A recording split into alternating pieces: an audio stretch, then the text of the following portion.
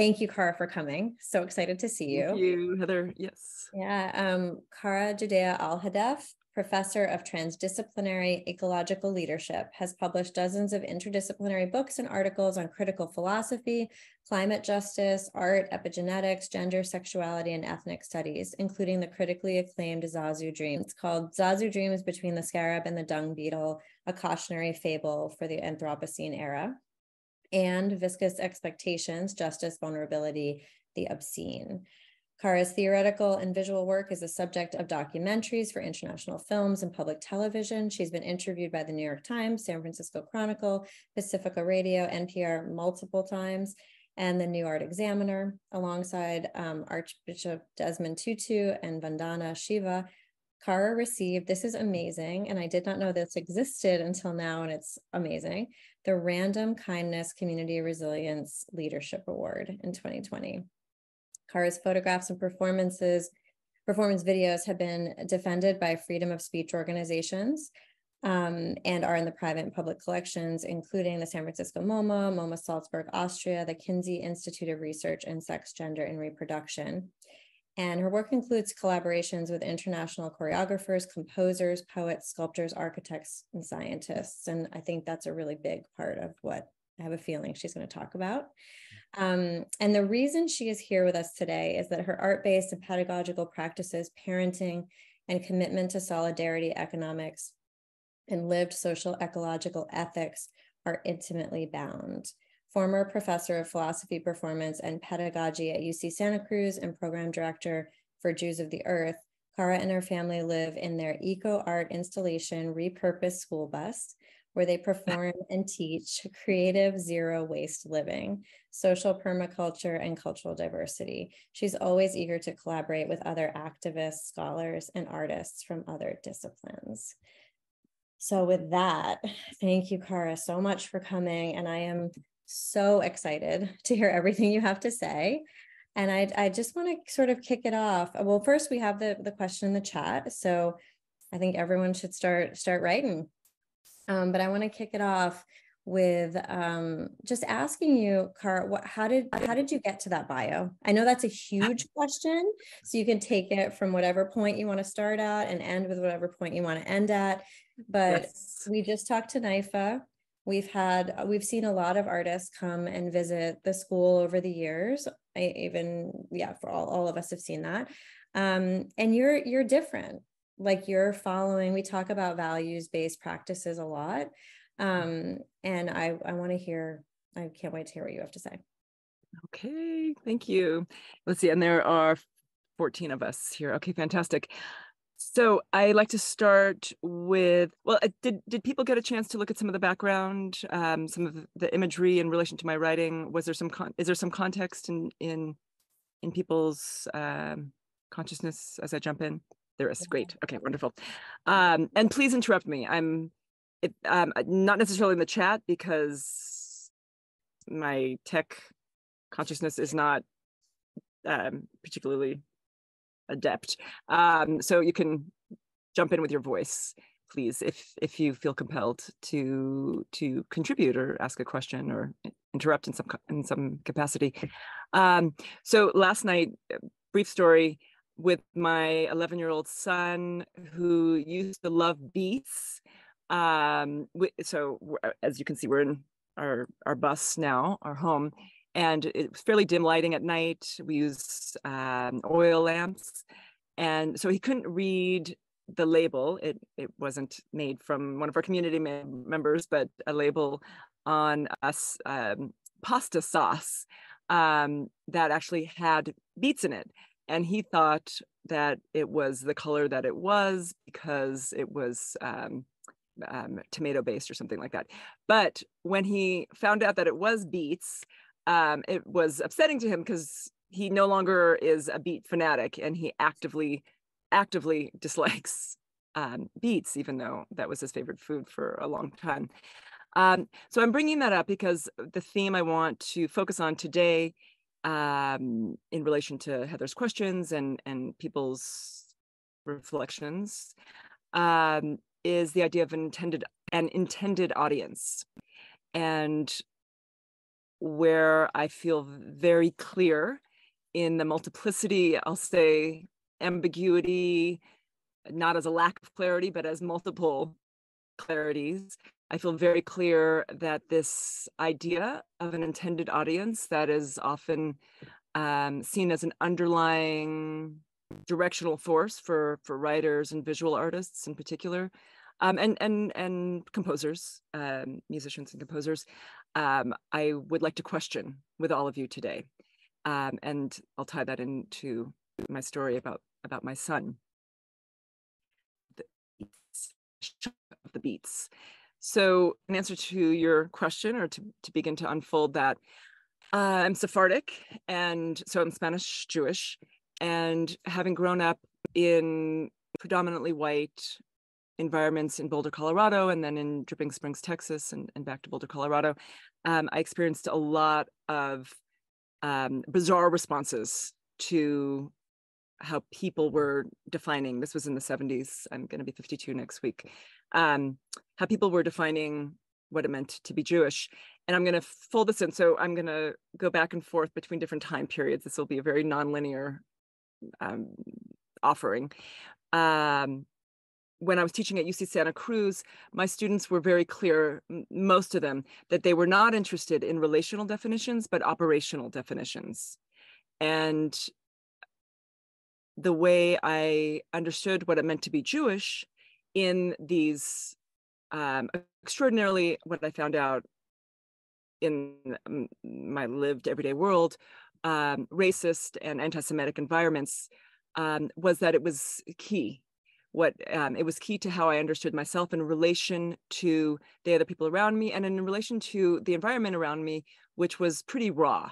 We lived really just with the scorpions and the armadillos in Texas, and in the mountains in Colorado. And that understanding, that correlation between my vulnerability and the space, the natural world environment, the non-human ecosystems environment around me as vulnerable, became very clear to how I began to express myself, both in terms of verbal, but also later visually with my camera. My camera ended up replacing my words because I had been living, after high school, I had gone to Belgium, throughout Europe, and then to North Africa, and specifically Tunisia, where I was living on communes, and I was writing constantly. And then I came back to Sarah Lawrence, to the States, New York, as an undergrad, and which I thought was a creative writing program. And it turned out I wasn't able to communicate with words in many ways, whether it was written or even verbally, because I wanted to share so much simultaneously. But I was able to do that through the camera. So again, this overlay of relationality, which I have found has been, is so demeaned, right, in institutional environments. And that goes back to the idea of intended audience, and the tyranny of clarity, the tyranny of quote unquote accessibility. And I would absolutely recommend you look into Trinh Minh-Ha's work, When the Moon Waxes Red, for example, Politics and Representation. It's from the 90s, amazing work. Henry Giroux, the way he explores clarity as a form of Eurocentric superimpositions on difference and erasure of difference. So difference in the context of relationality and intimacy through our unexpected alliances in difference. So I can go on about that, but and then I have some activities for us to share too. So if you want me to jump into those, or if you have another few questions, we can go back and forth, however you'd like to. Well, I immediately want to, so this class, and this is one of the reasons why I really wanted you to come, was this class is very much about clarity. And like, so, yeah. But I'm not telling you how to be clear. So this is the thing. Yeah. So they write statements in here. We were just talking about grant writing and talking about sort of being clear. We talked about social media, and we've talked about like, how do you reach the people you want to reach? You have to be pretty clear. So and we're using this framework of clarity. But I do want to point out that I don't think we're at odds, you and I, because I think that what I'm I'm hoping that students will uncover is what is clarity for them? Like what is a clear signal for them? So it's not necessarily clarity, but a clear signal that's coming out of what is interesting them, the source of what's making them make work, like how that actually interfaces with the world. And I think you offer an example of that. I think you're actually extreme. So this word is going to be problematic, but I think you're extremely clear on what you stand for. I think that the choices you've made are extremely clear to me, like where you're going and where you would like to be or where you've been. So I'm curious from the student perspective, how are you feeling like already there's dissonance with what you've learned in this class? Or do you feel like I want to hear a reaction before we move forward? And if you have any questions for Cara straight off the bat. These are not shy people, so I'm not sure what's going on here. Please jump in. My work is all about vulnerability, and it's all about the personal in relation to the political, private and the public, and how, again, with unexpected alliances, how do we take a risk, collective creative risks, in order to really be clear, in order to really be, and I'll use the term, have a sense of equilibrium, so that we can stretch beyond what we think we know, certainly beyond the familiar.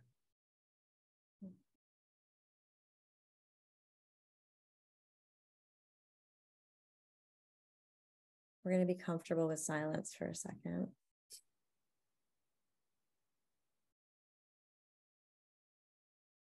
So I'm wondering if everyone's quiet because this is so different. Potentially.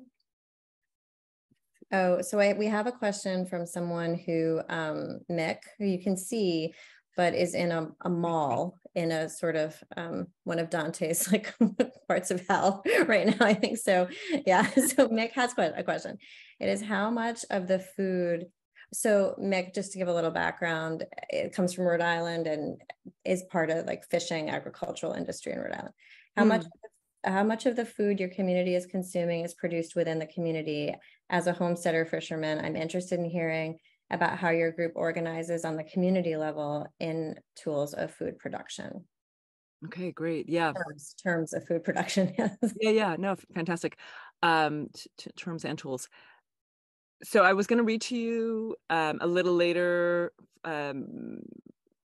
two mini excerpts from an article, two of my recent articles that I just published that have to do with this issue around bioregionalism. So I can address it now or bring it in later. I think you might as well address it now. Just go ahead and address it now. Okay. And one other thing, let me see. In terms of the language on clarity, thinking of Iyengar, I don't know if anyone practices Iyengar yoga, he uses the phrase precision as freedom.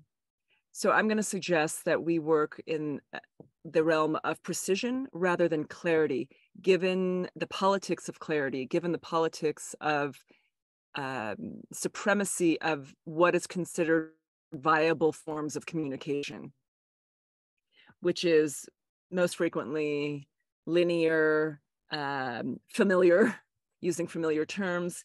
People, as we know, feel very threatened by terms or relationships that are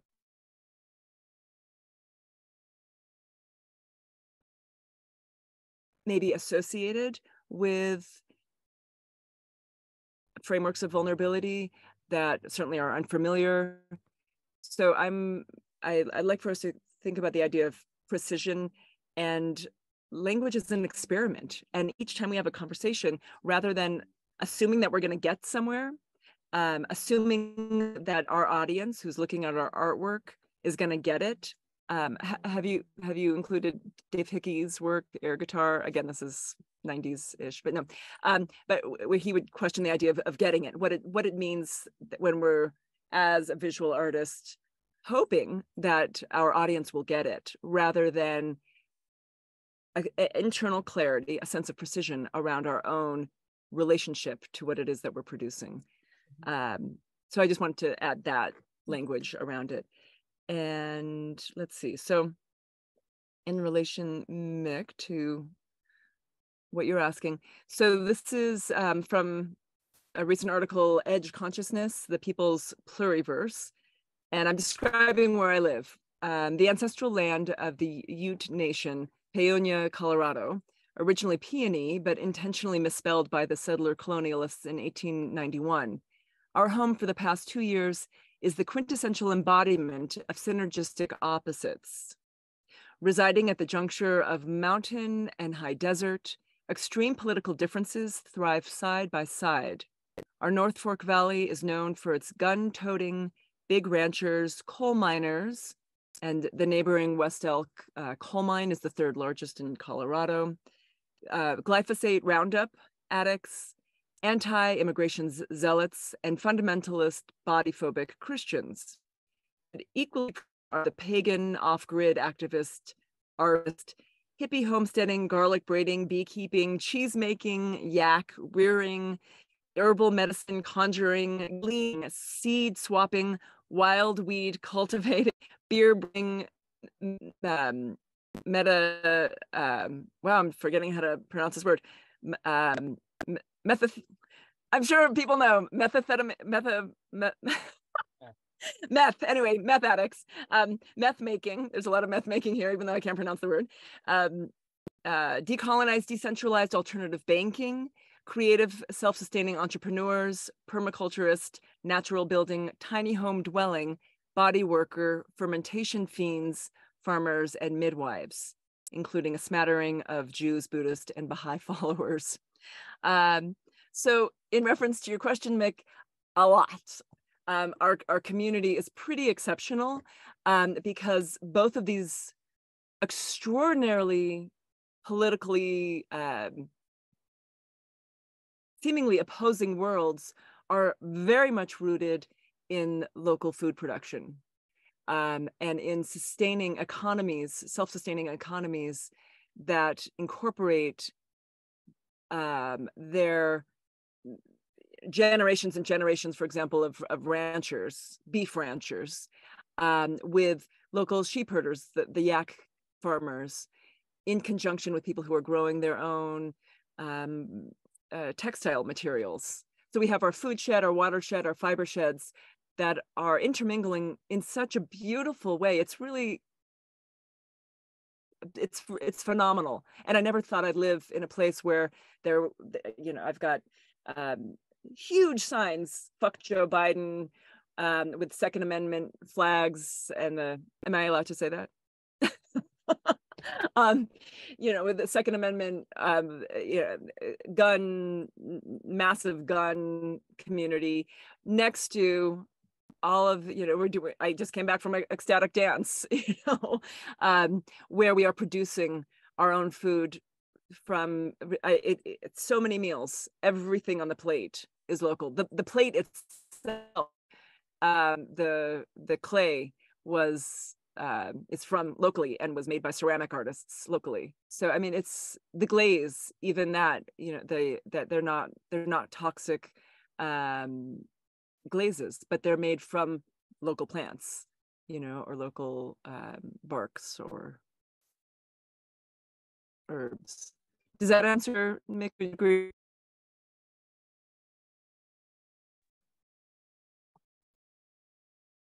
I mean, on that subject, I'm curious, I mean, something I've been wondering for myself, but I'm curious your thoughts on, like, I'm also Jewish and thinking about relation to land, since it, like, there's so much land-based practice within, like, the culture and traditions, and, like, developing that relationship with land in the diaspora, and especially within the context of, like, settler colonialism within the States. and the fact that it is stolen land. Just sort of like, how do you think about those, like that dichotomy? Yeah. Thank you for bringing that up. When I was teaching at UC Santa Cruz, I was always bringing up my Sephardic background and ideas of diaspora and multiplicity. And again, that was another conflict, because it's really difficult for people to see these kinds of connections that on the surface seem unrelated. And so we're going to bring in surrealism soon in relation to that also, and John Cage perspectives. But what if we embraced and embodied diaspora as another form of indigeneity, that intimacy with being in movement?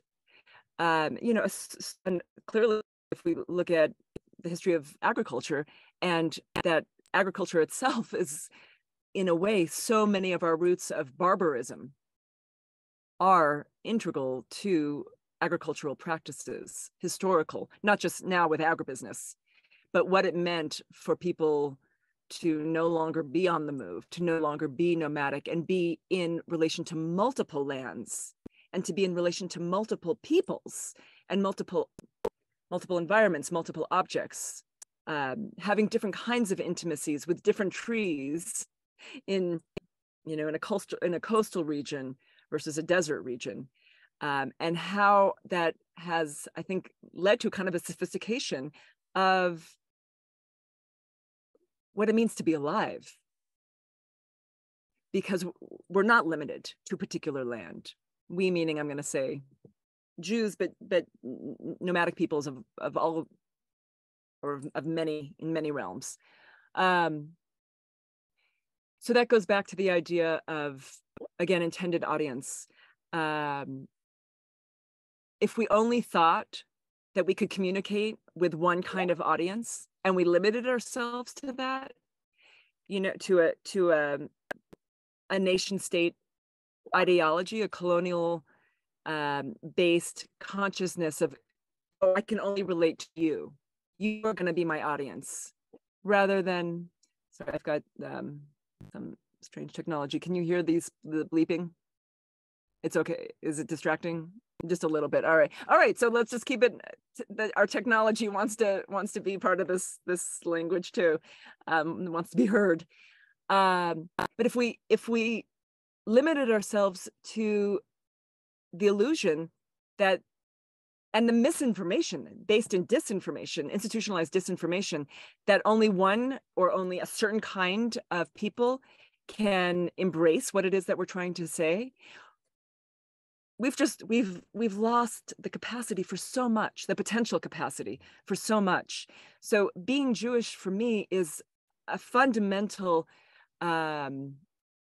motivation. It's a fundamental way that I frame, that I can sit with all of these contradictions, all of these ambiguities, and to know on an intuitive level that this is clarity, this is precision, this multiplicity, like MLK Jr. spoke about, unity never meant uniformity. The idea of one world is hegemonic. And if, as artists, as activists, as parents, as educators, as people just walking down the street and interacting with other people, in the grocery store, or however we're going to engage with other people, if we are not continually open to the unknown and open to the possibility of an exchange that is so out of our realm of what we thought was even possible, then I think we're really only very, very, very partially alive. Can I ask you, because I didn't know you when you were coming, I want to bring everyone back to like when you were coming out of school, because you went to Sarah Lawrence. So this was not, you weren't entirely alternative, like off the grid when you were like going into school. Sarah Lawrence was a good writing school. You wanted to go learn how to write and to write. So you go to Sarah Lawrence, and then what took you on this path to a school bus, like, and being, from what I can tell, like I feel like there's always going to be, there are always going to be struggles. There's always going to be like something you're working on. It's not that I think everything has been sorted out for you. Like, but I do feel like I know. But I know that I feel like you're more in equilibrium than a lot of other people that I know in the arts. And so I'm curious, like, what took you to where you are? Like, actually more maybe logistically, or maybe it is more theoretical, but talk to us a little more about that.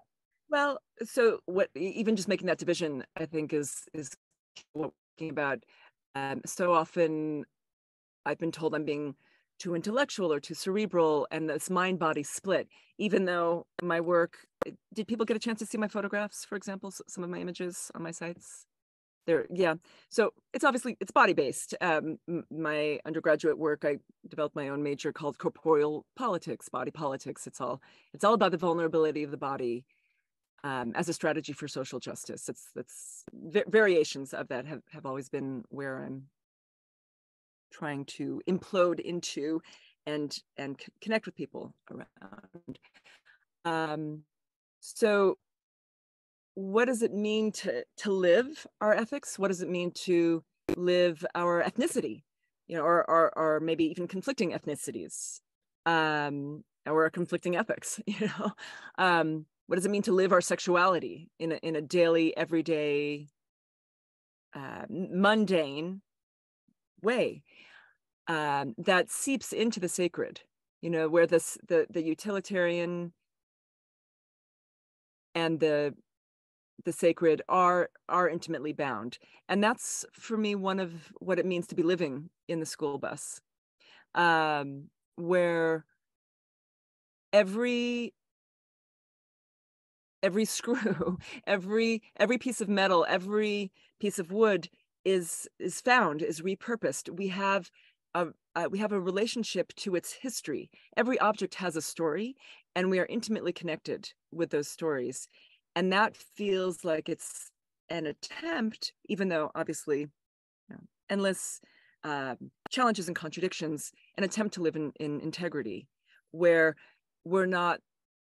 art is not compartmentalized here, politics here, parenting here, what it means to be a woman here, a Sephardic woman, what it means to be this gendered category, but where there's a constant interplay, where there's a diaspora, there's an internal diaspora. Our internal landscapes are multiple and imbricated.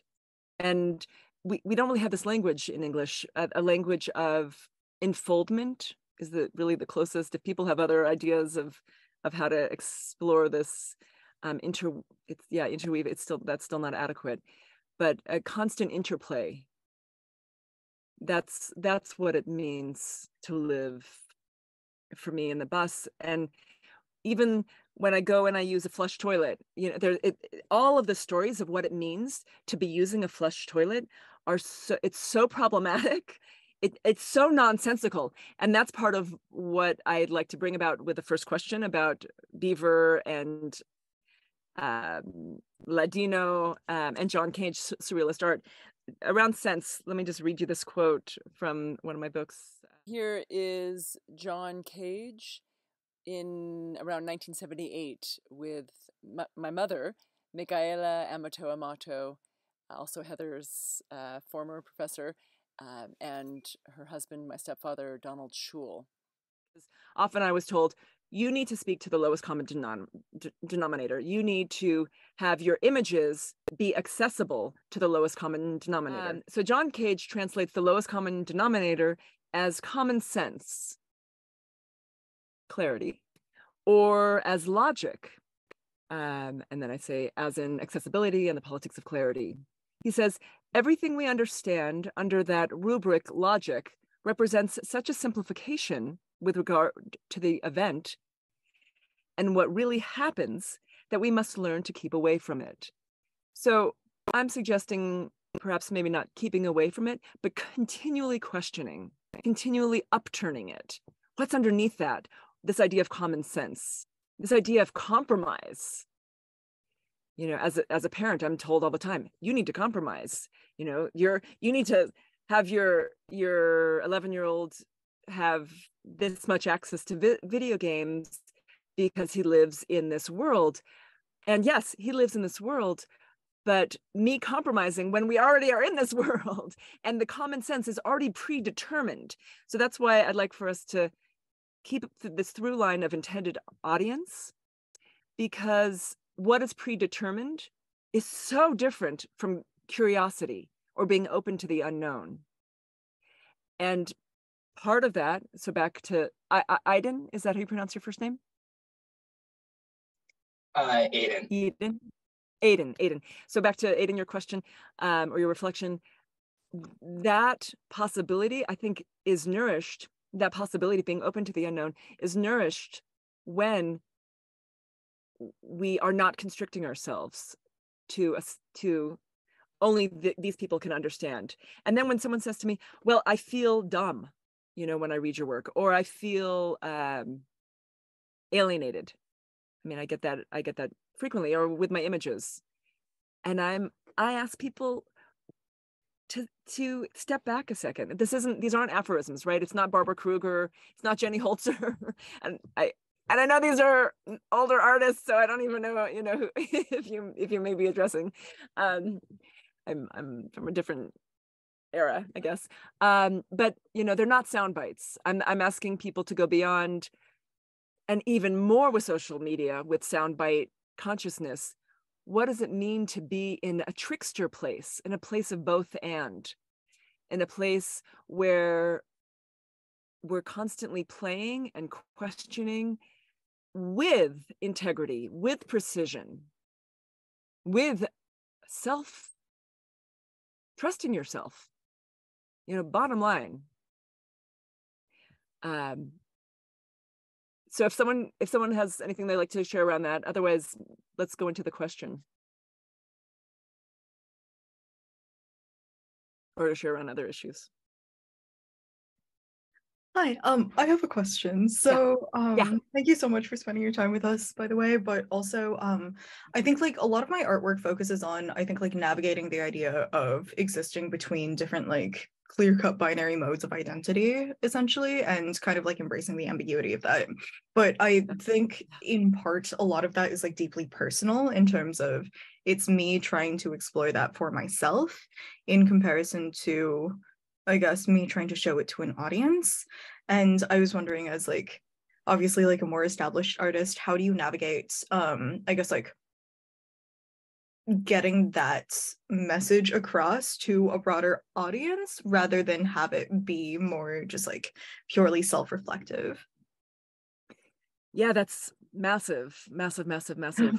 Especially when your work is, or when one's work is so raw and so deeply personal. And what I found is that we are all connected. You know, we are all in whatever peculiar, unexpected way.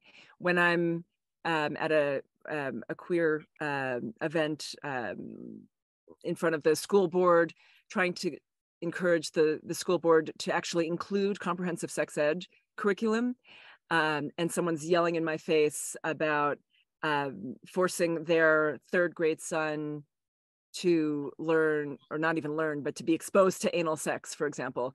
And I'm saying to them, well, that's actually not in the curriculum explicitly. And this is, and I explain what the agenda is, but the fact that they are so vulnerable and that they're so fearful, you know, obviously fear is one of the main barriers between the private and the public. There's a possibility of intimacy with that difference, with that extreme wall that's being put up between my vision of what it means to be a good parent and this other person's vision of what it means to be a good parent. And if we can cross that in our equal space of vulnerability, that we all are on edge in so many ways, and use that friction, use that energy. When I was an undergrad, and I was putting out all kinds of imagery that I really felt had to do simply with beauty in my mind. And then I would get reviewers or comments in the comment books, people who were talking about the anger and the pain, like the physical pain.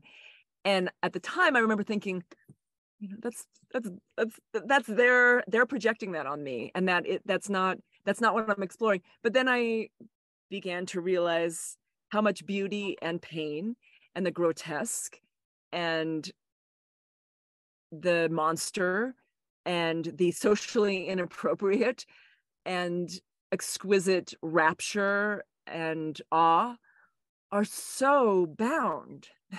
And that, you know, again, it's not just a bridge, it's the connective tissue. Again, it's this word that we don't have, that I think so much of what our art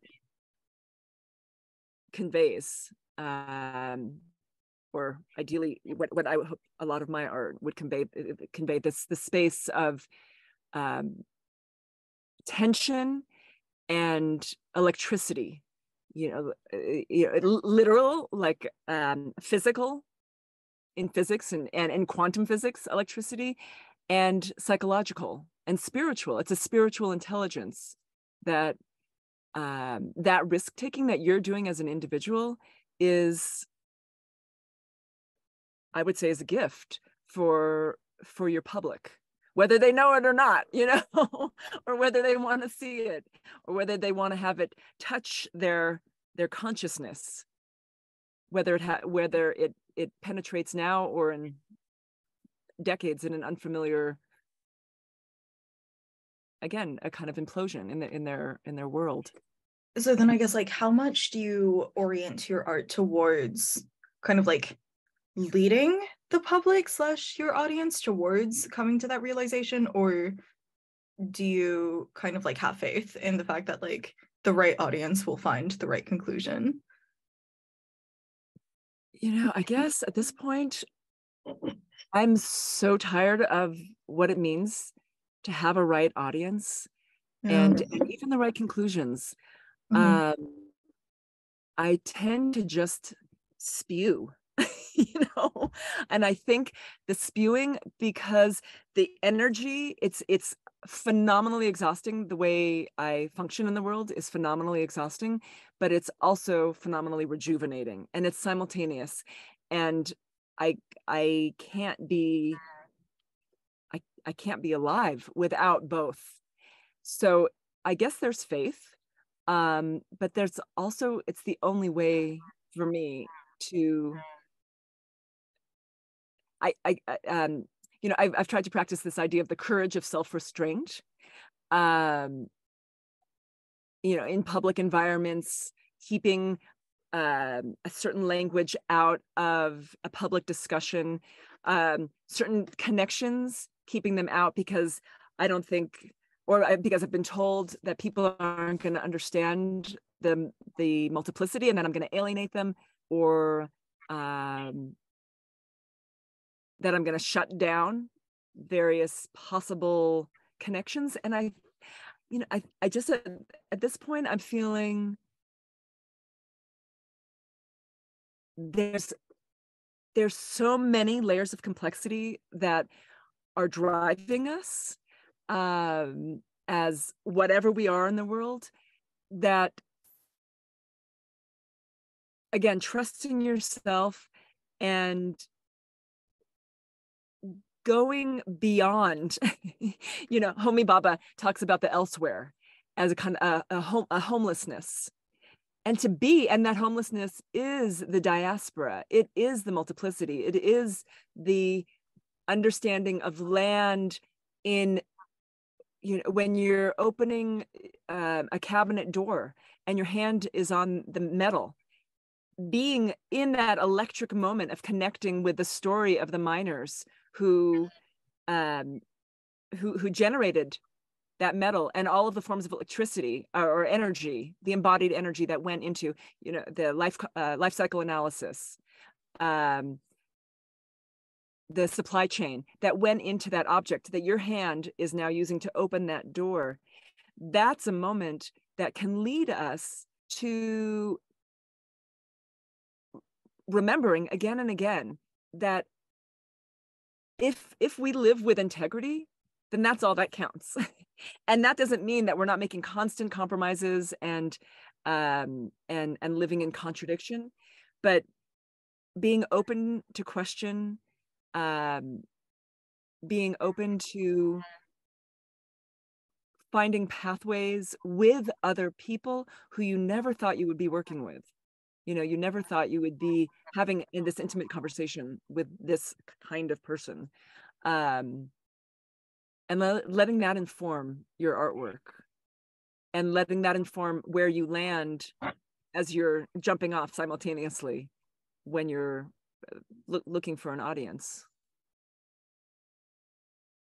Cara, you don't know it, but you just hit a number of key like people, like some of your quotes and some of the things I saw Aiden like smile real huge and like Robin with the, like you're hitting a number of elements for people that I think are really important that they don't hear all the time. So and then Mick has a follow-up question. So we're getting into all this good stuff, and I can't believe we only have like 15 minutes left. So I'm gonna ask. I know, yeah. I've got 3 pages of stuff that I want to go over with you. You have so much stuff. We're gonna have to do a follow-up. I think some people are probably gonna have questions for you.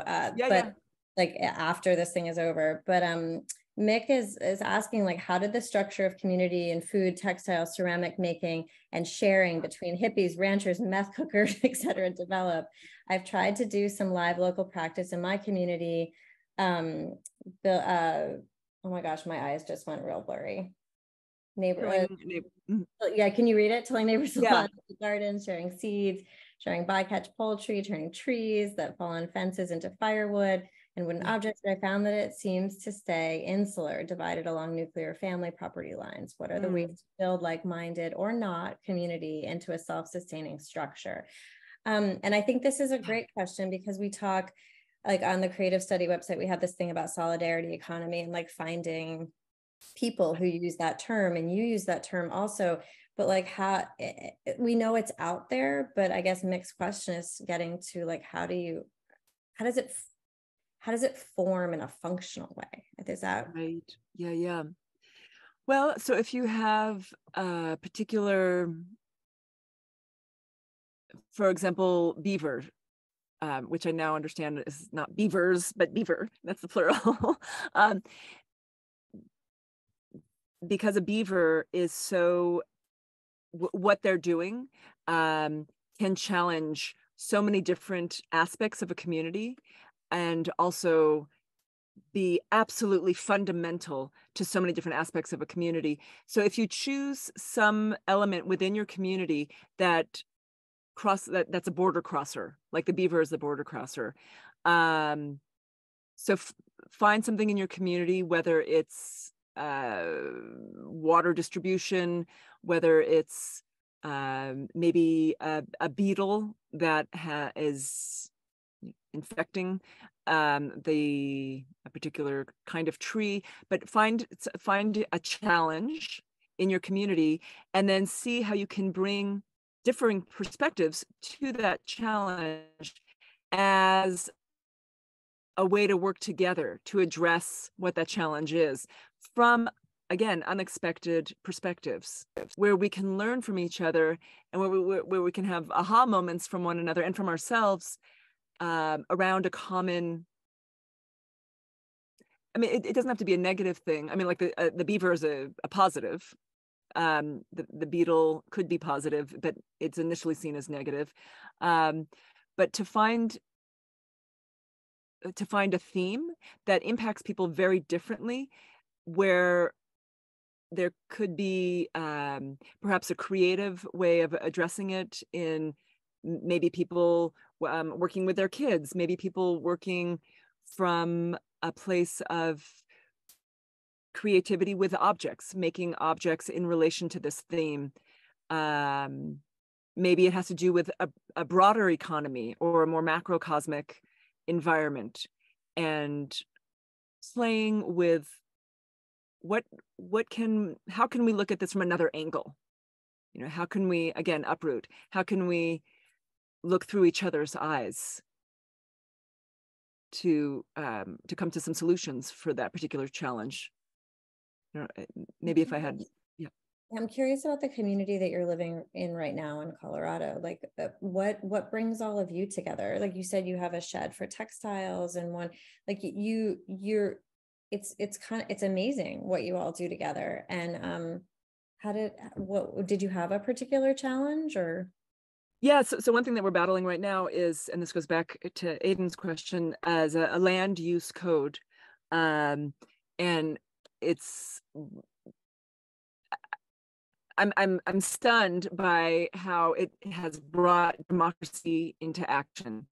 There isn't performative aspects to it necessarily explicitly yet, and there isn't necessarily, you know, an art-based aspect to this bringing together, but in terms of people in a vocally creative way working together, trying to collaborate with the institutions, that land has been quite literally the common ground among these extreme different factions. And I find that fascinating also in terms of private property, and that we are living in Ute territory, and what this whole idea of use, land use, and that we are obviously implying there's a hierarchy. We are controlling the land, we're using the land, and how do we begin to unravel all of those intimacies together so that our homes aren't stripped from us, because we're in this county actually because we had to leave another county, Boulder County, because tiny homes on wheels are illegal, because they supposedly disrupt people's sense of their property value.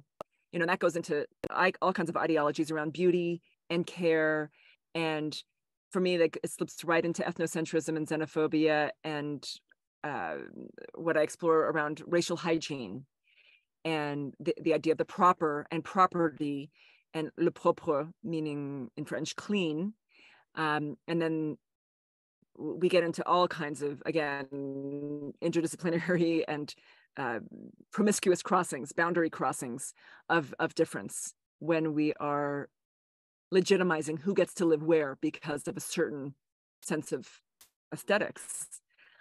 So land is a really big one.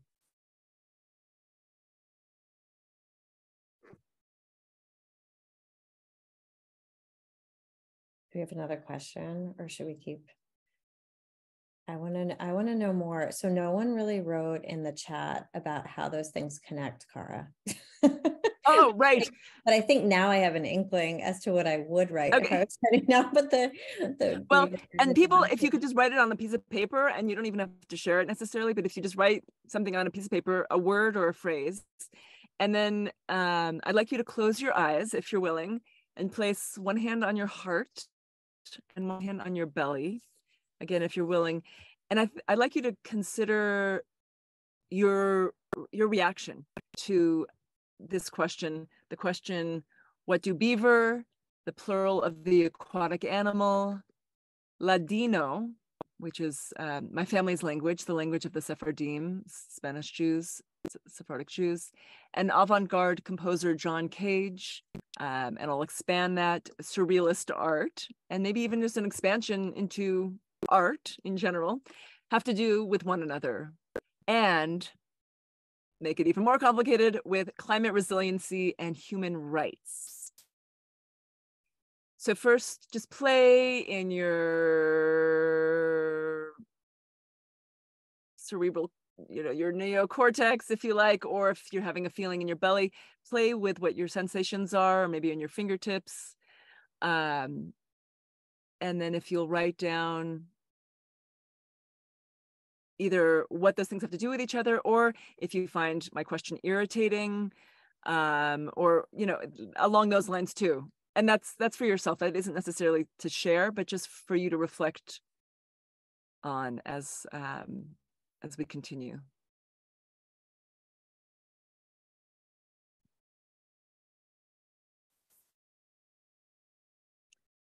Okay. And I'd like to go back to this idea of relationality. as an undergrad, we had to take I think they were called the MMP tests, the Minnesota something personality tests. I don't know if they still do those. And I was given an image of a pineapple, a banana, and an orange, for example.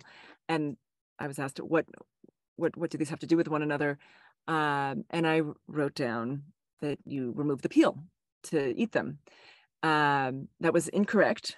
The intended audience answer is fruit. This abstract collective agreement called fruit, a noun. I was offering a verb. Same thing, there was a stool, a chair, and a bench. And they said, what do these have to do with each other? And I wrote, you sit on them. And the correct answer is the furniture. Again, this abstract, this noun thing. And it is funny just how abstract art is defined. Surrealism is defined, it's beyond the real. So, but what are we defining as real? In eco-villages where I've lived over the years, I've been told, you're too radical for us. And again, radical, what is radical? Radical is only radical when we're looking at it in relation to this illusion of neutrality, right? This illusion, the standard taken for granted world that we are saying that we're told that we need to compromise, like with my son in the video games, rather than, wait a minute, where is the multiplicity?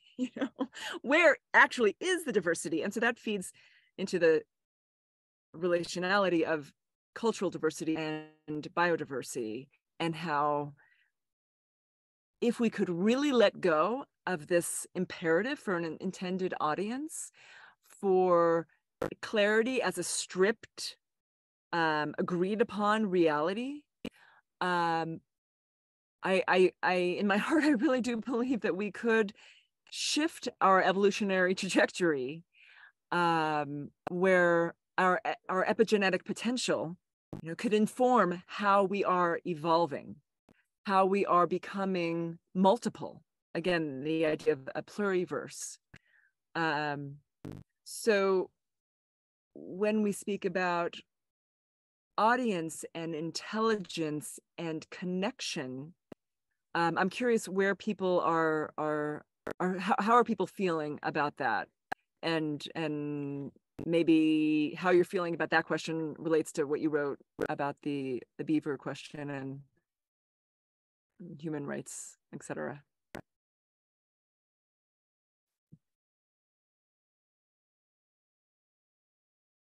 Or Heather, and what you've been exploring, even the idea of normalcy, right? I mean, normalcy, what is that based on?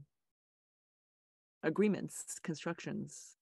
The Minnesota multiphasic personality inventory test that determines normalcy came up, in my case, as invalid.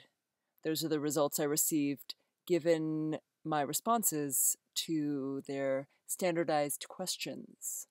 Right. I wish students were answering this, but I started writing down about, like forming the new, and there are other options than the obvious options, right? And when you were talking about beaver and being border crossing, it really made me think about that question in a really different way. So I mean, that's why I really was excited for you to come, because I feel like we always talk about, we live in this capitalist society, and how do we navigate that as humans, as people with student loan debt? Let's be like, really, like, you can say, absolutely. Yeah, I'm going to live in a bus, and I'm going to know where all my things come from, and they're all going to be stories. But if you're saddled with student loan debt, that's hard to make that leap, right? But there are other alternatives. It's not one or the other. Also, exactly. It's not exactly. right. Yeah. There are a multiplicity of options, and I want to really stress that in this class today, because it's all about, it really, a lot of what we talk about is how are we living, although maybe this isn't explicitly stated, but how are we living in a capitalist society as artists? Mm-hmm. And so, yeah, so I guess we're thinking of like inventing the new, or pointing out a perspective that's not mainstream, I guess. Well, and I'm glad you're mentioning like the student loan and the idea of pragmatism. And that goes back to the idea, what you were asking about logistically, how I got into this space. And as I said, it's a commitment to a combination of the sacred and the utilitarian, you know, pragmatism in relation to the ideal, or my ideal in this case. I get frequently people talking about the privilege of making these kinds of choices, the privilege of living peripherally. And again, that in itself is embedded in the normalcy of these infrastructures that are creating the horrors to begin with, the inequities to begin with, I am not by any means suggesting everyone goes lives in a school bus, but at all, but that we are all questioning in the midst of our economic extraordinary strains for many of us, or you know, whatever layers and layers of oppressions that many of us have to deal with on a daily basis, not as a theoretical task, but as that can be tearing apart our hearts and informing our art and making our art maybe almost impossible to do because of all the logistics to survive in this world.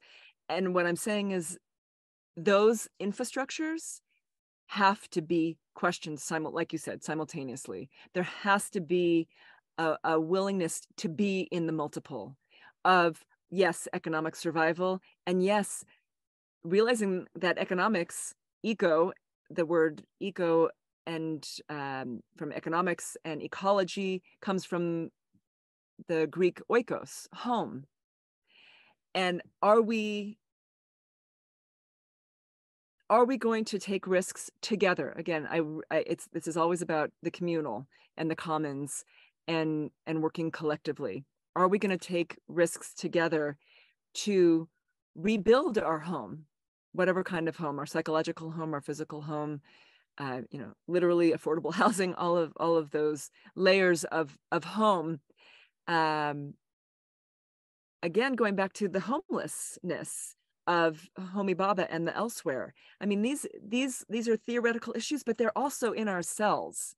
And it doesn't mean because I'm not working a 9-to-5 job in a shitty ass environment that is the only reason I have time to think about these things. If you look at other cultures across time and across space, even when people are suffering, drastically suffering, poetry is embedded in their lives. Language as precision is embedded in their lives. Art making in whatever capacity is embedded in their lives. We have a very strange US-based strippage going on, and we're complicit. And I think the complicity often feeds into, well, dismissing, for example, what I'm saying as just an example of privilege. And so it's precarious because the entanglements are really tight. But again, the questioning together is what I'm saying is a fundamental practice, as a daily practice, not ever thinking that we have the answers. I think that's a beautiful way to end, and it's 4:00. So okay. I want to thank you, Cara, so much for coming and talking to us. And I know there's so much more to say. So you all saw Cara's website, and hopefully we see a couple hands going up. I know Najee said thank you so much, and he had to leave, but was very excited to hear spiritual knowledge integrated into one's art practice also. Yeah, so I appreciate it very much. So thank you, Cara. Thank you. And I love a recording of the chat, if you can keep that too. Yes. And if people want to be in dialogue, I'm more than happy to do that. So you're welcome to reach out. You can get my information from my site or from Heather. Yeah. Thank you. Great. All right. Bye, Cara. Bye. So